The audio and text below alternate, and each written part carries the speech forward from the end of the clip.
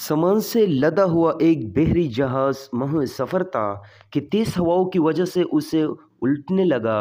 करीब था कि जहाज डूब जाता। उसमें मौजूद ताजिरों ने कहा कि बोझ हल्का करने के लिए कुछ सामान समंदर में फेंक देंगे। ताजिरों ने मशवरा करके तय किया कि सबसे ज़्यादा सामान जिसका हो वहीं फेंक देंगे। जहाज का ज़्यादातर लोड एक ही ताजिर का था। उसने इतराज़ किया कि सिर्फ मेरा सामान क्यों, सबके माल में से थोड़ा थोड़ा फेंक देंगे। उन्होंने ज़बरदस्ती से नए ताजिर को सामान समेत समंदर में फेंक दिया। कुदरत की शान के समंदर की मौजें उसके साथ खेलने लगे।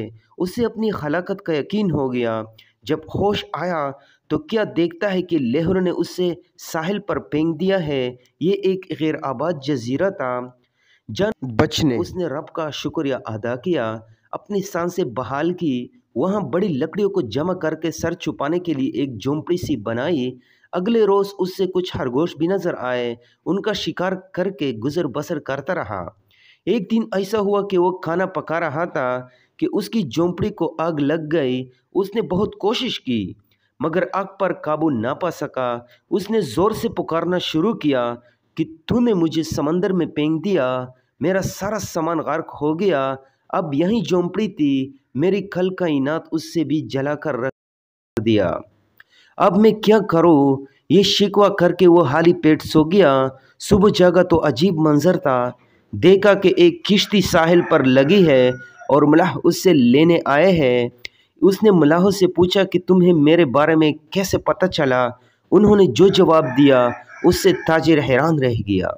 मलाहों ने कहा कि हमें पता था कि ये जजीरा गैर आबाद है, लेकिन दूर से धुआं उठता हुआ नजर आया तो मुझे शायद कोई यहाँ फंसा हुआ है जिसे बचाना चाहिए, इसलिए हम तुम्हारे पास आए।